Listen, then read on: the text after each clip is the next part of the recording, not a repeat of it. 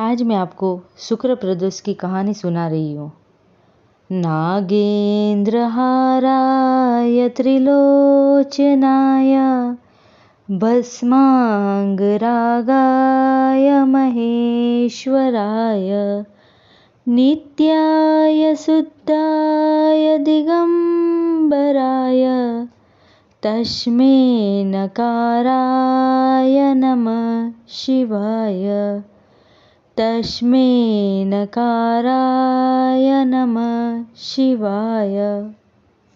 शुक्र प्रदोष व्रत की कहानी। शुक्रवार त्रयोदशी प्रदोष व्रत पूजा विधि सोम प्रदोष के समान ही है।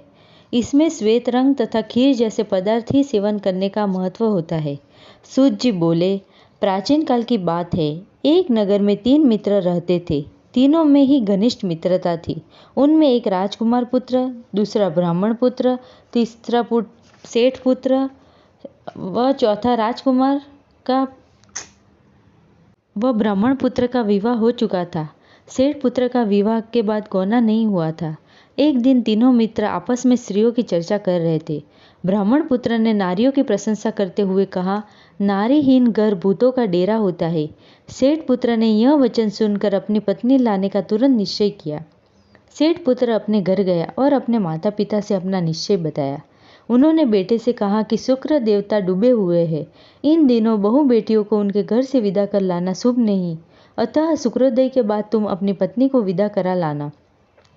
सेठ पुत्र अपनी जीत से टस से मस नहीं हुआ और अपनी ससुराल जा पहुंचा।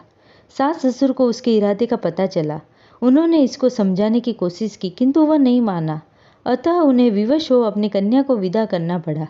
ससुराल से विदा होकर पति पत्नी नगर से बाहर निकले ही थे कि उनकी बैलगाड़ी का पहिया टूट गया और एक बैल की टांग टूट गई।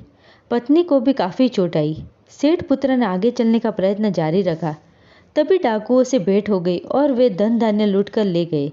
सेठ का पुत्र पत्नी सहित रोता पीटता अपने घर पहुंचा। जाते ही उसे सांप ने डस लिया। उसके पिता ने वैद्यों को बुलाया। उन्होंने देखने के बाद घोषणा की, आपका पुत्र 3 दिन में मर जाएगा। उसी समय इस घटना का पता ब्राह्मण पुत्र को लगा। उसने सेठ से कहा कि आप अपने लड़के को पत्नी सहित बहू के घर वापस भेज दो।